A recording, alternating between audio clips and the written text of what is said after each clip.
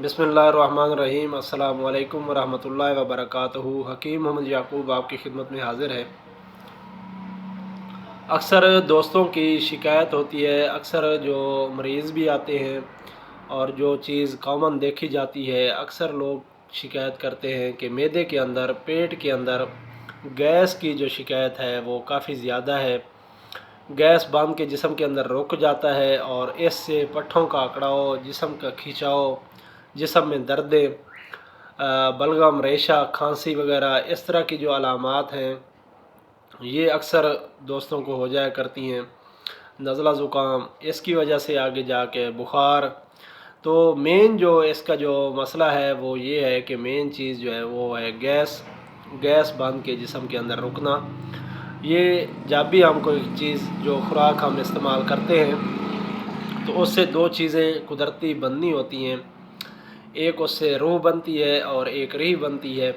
रीह जो होती है उसका काम सिर्फ़ यहाँ तक है कि आपका जो स्टूल पास होता है उसके लिए प्रेशर बनाना और ख़ारिज हो जाना। रीह का काम है ख़ारिज हो जाना।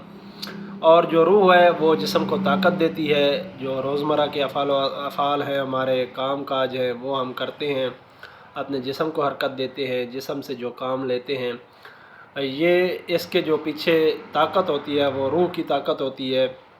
जो भी चीज़ आपने खाई होती है उससे जो रूह खारिज होती है वो जिस्म में ताकत का काम करती है। और अगर री खारिज ना हो, री जिस्म के अंदर रुक जाए, जिसे उसके उर्फ़ आम में गैस भी कहा जाता है, ये अगर जिस्म के अंदर रुक जाए तो इससे काफ़ी सारे प्रॉब्लम्स होते हैं जो कुछ मैं आपके सामने रख चुका हूँ। तो इसको आप ख़त्म करने के लिए बननी तो इसने लाजमी है। इसका इलाज सिर्फ ये है कि इसको अखराज का रास्ता मिल जाए, ये खारिज हो जाए, अपना काम करे और ख़ारिज हो जाए, बस। बननी इसने लाजमी होता है क्योंकि जो भी चीज़ आप इस्तेमाल करेंगे तो उससे गैस बनेगी।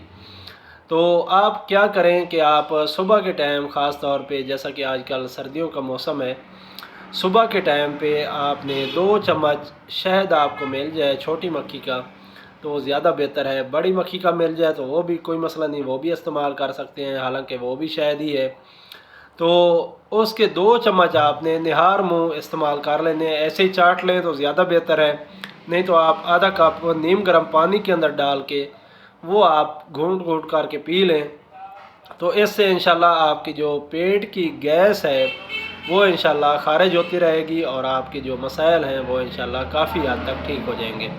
मुझे उम्मीद है आपको आज की ये छोटी सी वीडियो पसंद आई होगी। अगर पसंद आई है तो इसको लाइक और शेयर करें ताकि दूसरे लोग भी इससे मुस्तफ़ीद हों। इंशाल्लाह फिर मुलाकात होगी किसी और अच्छी सी वीडियो के साथ। तब तक के लिए मुझे इजाज़त दें। अस्सलामु अलैकुम रहमतुल्लाहि व बरकातुहू।